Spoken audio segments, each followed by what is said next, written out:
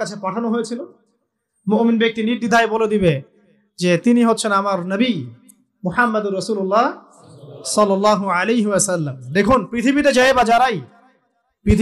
বা যারাই নবী সাল্লাল্লাহু আলাইহি ওয়াসাল্লামের সুন্নতের উপর আমল করবে, ইনশাআল্লাহ সে তার উত্তর দিতে পারবে।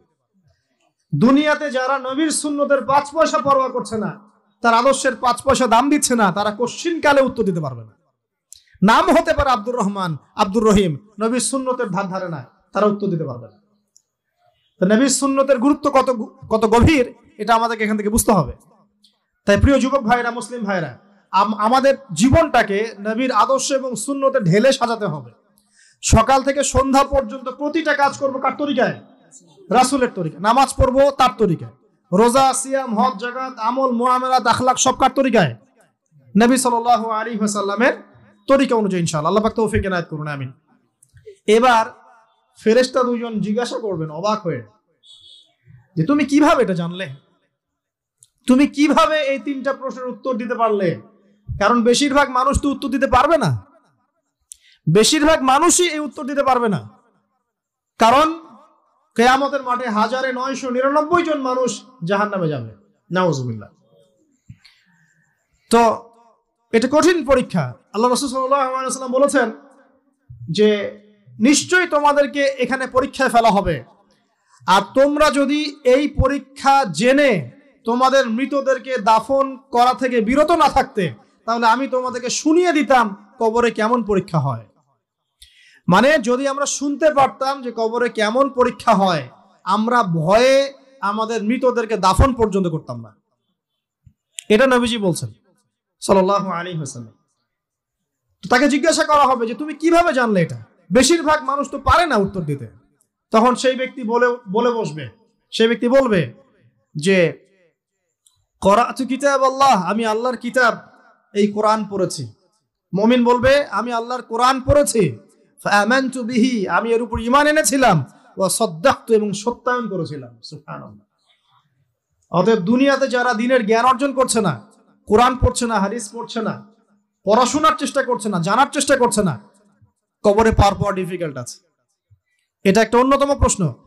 আমরা কিন্তু মনে করি 3টা প্রশ্ন হচ্ছে, আসলে প্রশ্ন হচ্ছে কয়টা? 4টা। 3টার পরে আরো একটা এক্সট্রা। কিভাবে জানলে? তখন উত্তর দিচ্ছে আমি আল্লাহর কিতাব পড়েছি, ঈমান এনেছি, সত্যায়ন করেছি। সুবহানাল্লাহ। নবী সাল্লাল্লাহু আলাইহি ওয়াসাল্লাম হাদিসের পরের অংশে বলছেন যে যখন কাফের বান্দাকে উঠানো হবে, তখন ডানেও কিছু নাই, বামেও কিছু নাই, সামনে পিছনে কিচ্ছু নাই। মাথার দিক থেকে ফেরেশতারা চলে আসবেন, উঠিয়ে বসানো হবে, প্রশ্ন করা হবে কে তোমার রব? একটাই উত্তর, লা আদরি, আমি জানি না। নাউজুবিল্লাহ। কি তোমার দিন? লা আদরি, আমি জানি না। এই যে আল্লাহর তো খবর নাই, আল্লাহ পাকের বিধান মেনে চলার কোনো খবরই নাই, পরোয়াই নাই। সে জানবে কিভাবে ইসলাম কি জিনিস? সে জানবে কিভাবে আল্লাহ কি জিনিস? ও তো আল্লাহকে চিনেই না। দিব্যি বলে বেড়াচ্ছে মহাবিশ্ব সৃষ্টি হয়েছে বিগ ব্যাং থেকে, আল্লাহ বলে কেউ নাই। মানুষ সৃষ্টি হয়েছে বান্দর থেকে, নাউজুবিল্লাহ। ওই যে ডারউইনের মতবাদ, কি থিওরি অফ এভলিউশন নাকি? হ্যাঁ, তাই তো মনে হয়। অনেকদিন আগে পড়ছি ভাই, ভুলে গেছি। তো যাই হোক, মানুষ তো আল্লাহকে চিনছে না। এখনো মানুষ মনে করছে যে আল্লাহ বলতে কেউ নাই। এবং এই মুক্ত চিন্তার নামে, বাক স্বাধীনতার নামে নাস্তিকতার যে চর্চাটা বেড়েছে বাংলায়, এটা আশঙ্কাজনক। বড় বড় বিশ্ববিদ্যালয় থেকে পড়ে আসছে, অনেক সময় দেখলাম বড় বিশ্ববিদ্যালয়ের প্রফেসর, সে বলছে যে মহাবিশ্ব বিগ ব্যাং দিয়ে সৃষ্টি হয়েছে, সৃষ্টিকর্তা নাই এখানে। মুসলিম বিজ্ঞানীর একটা কথা বলতেন যে মানুষ বিজ্ঞান সম্পর্কে অল্প জানলে নাস্তিক হয়ে যায়, আর অনেক গভীর জ্ঞান অর্জন করলে আল্লাহর কাছে আত্মসমর্পণ করে। খেয়াল করে দেখবেন, ডক্টর, ইঞ্জিনিয়ার যারা বড় বড় লেভেলে চলে গেছেন, অনেক সিনিয়র, তারা কিন্তু বেশিরভাগ নামাজি দেখবেন, নামাজ পড়ে, দান সদকা করে, সমাজ কল্যাণমূলক কাজ করে। তারা কিন্তু রোগীর সেবা করতে গেলেও বলে যে নামাজ পড়িয়েন, রোজা রাখিয়েন, তারা কিন্তু বলে। অনেক ডক্টর আমি দেখেছি এমন, যারা যত বেশি গবেষণা করে তারা তত বেশি আস্তিক হয়ে যায়, আর টুটাফাটা গবেষণা করলে নাস্তিক হয়ে যাবেন। কত প্রশ্ন, ইসলামের এটা কেন, ওইটা কেন, ইসলামে বহুবিবাহ কেন, হ্যাঁ ইসলামে কি পর্দার বিধান কেন, তারপর ইসলামে এত রেস্ট্রিকশনস, এত বাইন্ডিংস কেন, হ্যাঁ স্বাধীনতা নাই কেন, কত প্রশ্ন। ইসলামের এগেইনস্টে কত তীর এখন ছোড়া হচ্ছে। তো এই ব্যক্তি কেমন করে উত্তর দিবে যে মাহদিনুক, তোমার দিন কি? আল্লাহর দিকে কত প্রশ্ন ছোড়া হচ্ছে, কত শিরকের পাপ আমরা করছি, অনেক সময় মুসলিম হয়েও শিরকের পাপ করছে। কিভাবে উত্তর দিবে? মান রব্বুক।